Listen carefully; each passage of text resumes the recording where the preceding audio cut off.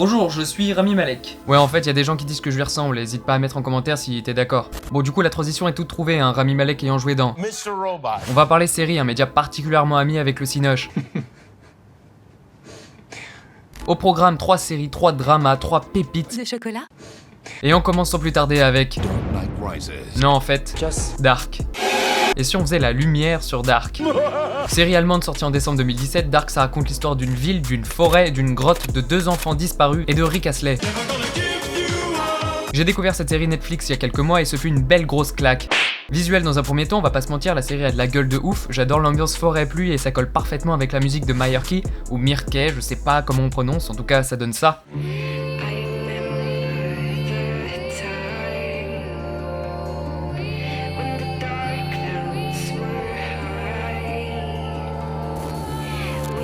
D'ailleurs, en parlant de musique, celle du générique est vraiment cool, tout comme le générique en lui-même. Regardez cet esthétisme.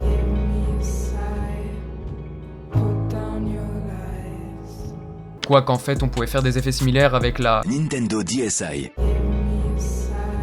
Et ça, c'est grave stylé. Non. Dark, c'est 10 épisodes d'environ 50 minutes chacun, ce qui nous donne, si mes calculs sont bons, 500 minutes de moyenne. Ça passe très vite, le pilote est un des meilleurs en plus. La série possède également un élément de SF que j'adore et que je ne vais pas vous dévoiler ici parce que je suis pas un... Ah oui, et oubliez la comparaison avec... Stranger Things, c'est trop bien. Ok, il y a un groupe d'amis, ok, il y a un enfant disparu, ok, il y a une meuf qui a des pouvoirs et qui s'appelle 11. Ouais non, ça c'est une boutade. Non, Dark a sa véritable identité, son ambiance particulière et sa langue. Une saison 2 a été teasée à travers un teaser. Vous me suivez? Ce dernier est assez énigmatique, il met simplement en avant des dates. 1 plus 1 égale 11. Et voilà, j'espère que je vous ai donné envie de thème à cette série et on passe en transition au numéro 2. Ok, maintenant petit jeu, vous prenez votre téléphone, vous cliquez sur votre musique, vous faites péter VG Dream parce que ça fait plaisir. Bon, ensuite vous verrouillez votre téléphone et là, qu'est-ce que vous voyez? Rien du tout. Et non, vous êtes en train de mater Black Mirror. Le miroir noir du téléphone, c'est Black Mirror. The prophecy is true. Bon, je vais arrêter de tourner autour du pot et me concentrer sur la série du coup. Démarrée en 2011 et écrite par Charlie Brooker, cette série d'anthologie nous raconte à travers 19 épisodes indépendants la dépendance des hommes vis-à-vis des écrans et de la technologie. Donc si vous aimez les films d'anticipation type Heure, Bienvenue à Gataga ou encore The Truman Show. eh bien cette série est faite pour vous. Bon par contre je vous préviens par avance mais il est possible de bader bien comme il faut après le visionnage d'un épisode, auquel cas un bon petit VG Dream vous remettra sur pied.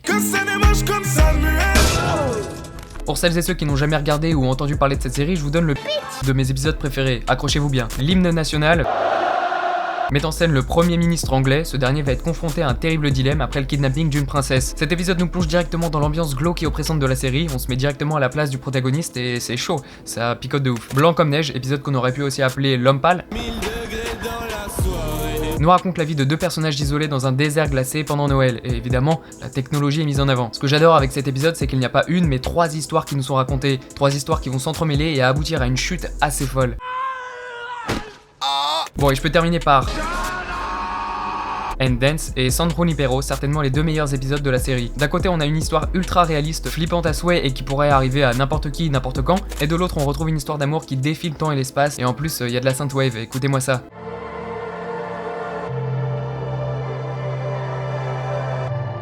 Dites-moi aussi vos épisodes préférés de Black Mirror en commentaire, ça fait plaisir. Allez, on passe à la dernière série. Créée par J.J. Abrams. Cette série nous plonge au cœur d'un avion, plus précisément le vol océanique 815, et qui va tranquillement partir de Sydney pour atterrir au calme à Los Angeles.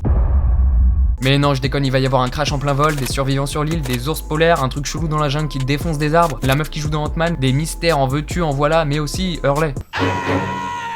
Plus sérieusement, la grosse force de la série, c'est ses personnages très attachants et qui vont tous évoluer le long de 6 saisons. Ça paraît con, hein, mais c'est vraiment le plus important pour une série, les personnages. C'est pour ça que certaines personnes n'ont pas aimé Lost, puisqu'ils se sont concentrés davantage sur les mystères de la série plutôt que sur les persos. Et quand les explications ont été dévoilées, bah ces personnes ont été déçues puisqu'une explication est toujours moins forte qu'un mystère. Lost, ça parle de dualité entre science et foi, ça parle d'amour, de désillusion, de réussite, de temps, d'espace, enfin de tout en vrai. C'est vraiment l'objet audiovisuel que je préfère et je conseille vraiment à toutes les personnes qui en ont juste entendu parler vite fait de regarder au moins les 4 premiers épisodes. À ce stade, si vous aimez pas, arrêtez, et si vous aimez, vous allez passer un très très bon moment. Bon, en vrai, je suis pas du tout objectif sur cette série. Regardez, j'ai acheté l'encyclopédie officielle, des posters et même cette toupie. À la fin de Lost, c'est pas un rêve, hein, la toupie elle s'arrête. Si vous aimez les récits mindfuck, non linéaires, les mystères, les putains de cliffhangers de malade.